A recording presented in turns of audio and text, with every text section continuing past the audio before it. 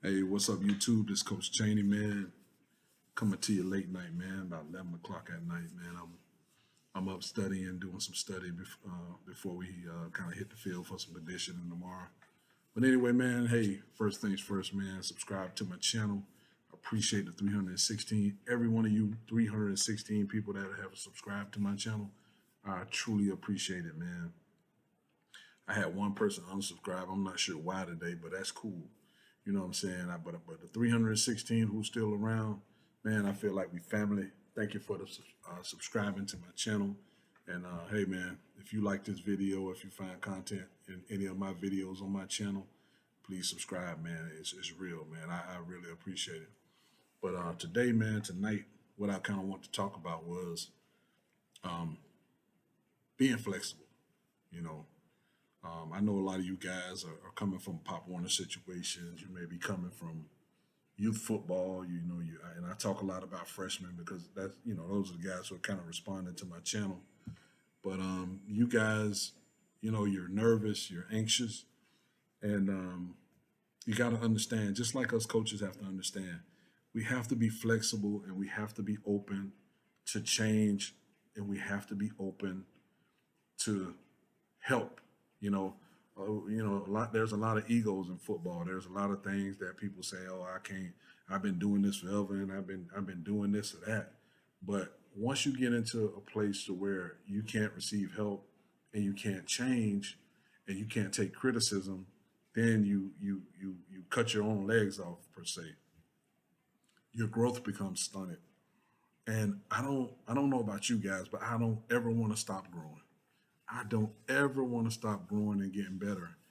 So I'm up late night before workouts, learning learning how to be a better coach at a different position that I may have to coach or may have to assist in coaching.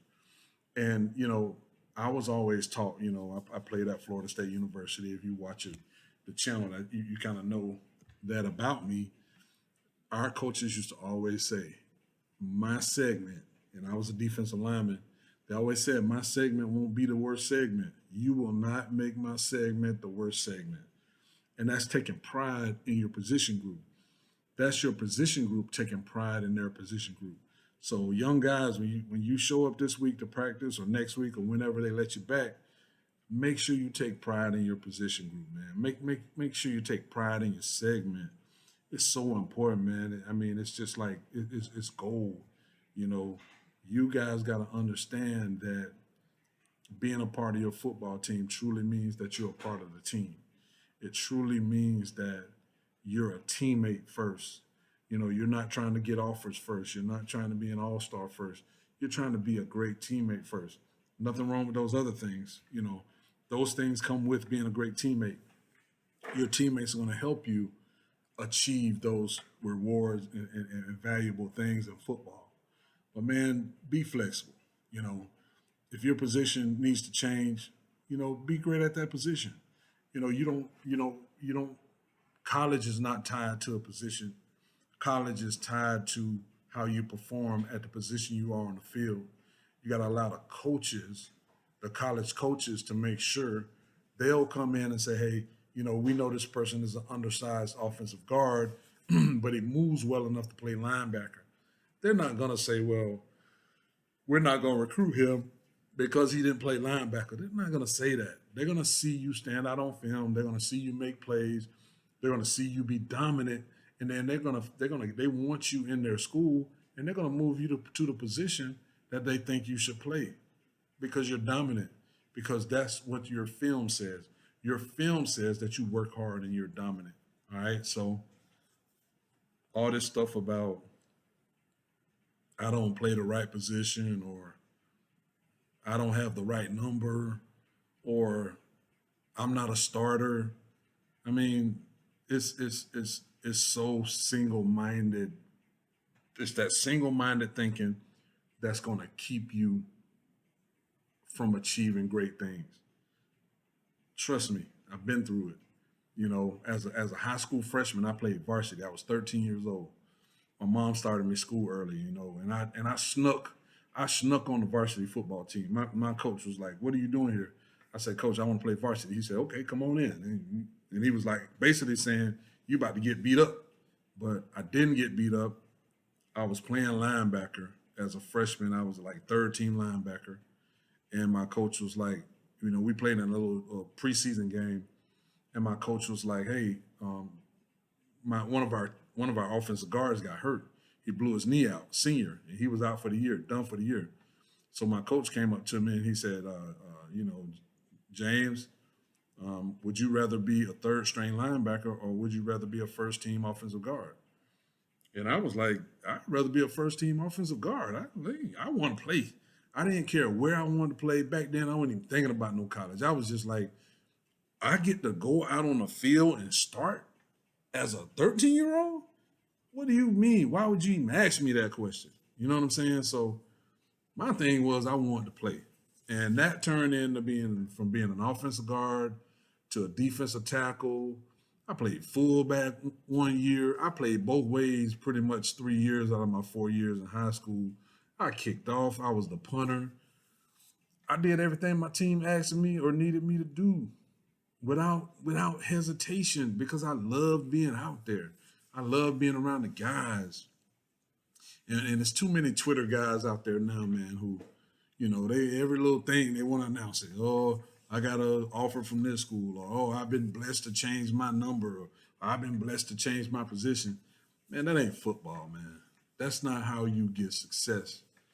You get success by what people don't see, the unselfishness, how you are for your team, what you do for your teammates, man. So coaches and players, man. And maybe some coaches that watch this.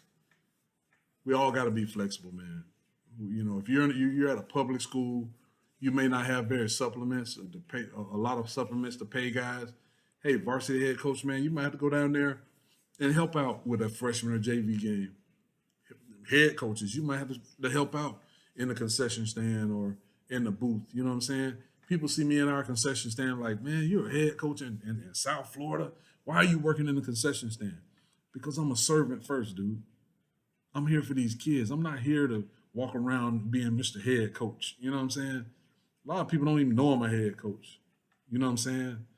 Because I don't carry myself that way. I carry myself as the type of person who wants to help the people around me, my coaches, my players. That's what I do. There's nothing glamorous about being a high school football head coach. It's a lot of work. It's a lot of criticism. It's a lot of people watching you. You know what I'm saying? A lot of people don't understand why I have this YouTube channel. Why do you have that YouTube channel?